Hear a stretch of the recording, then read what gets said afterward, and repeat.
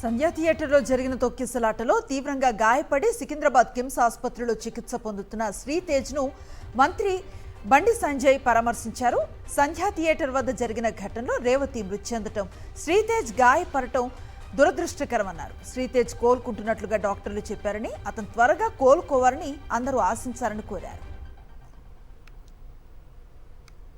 సంధ్యా థియేటర్లో జరిగినటువంటి తొక్కిసలాటలో రేవతి అనే మహిళ చనిపోవడం చాలా బాధాకరం.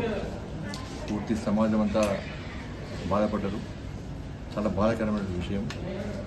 వారి కుమారుడైనటువంటి శ్రీతేజ్ కూడా కిమ్స్ హాస్పిటల్లో ట్రీట్మెంట్ చేసుకుంటున్నాడు. మొదలక పార్లమెంట్ సమావేశాలు మొన్న అనుకోకుండా హైదరాబాద్ వచ్చి వెంటనే తిరిగి మళ్ళీ ఢిల్లీ పోయి రావడం జరిగింది. ఇప్పుడే ఢిల్లీ నుంచి రావడం జరిగింది. ఈరోజు మన బాబుని చూసిన తర్వాత చాలా బాధ అనిపిస్తున్నది.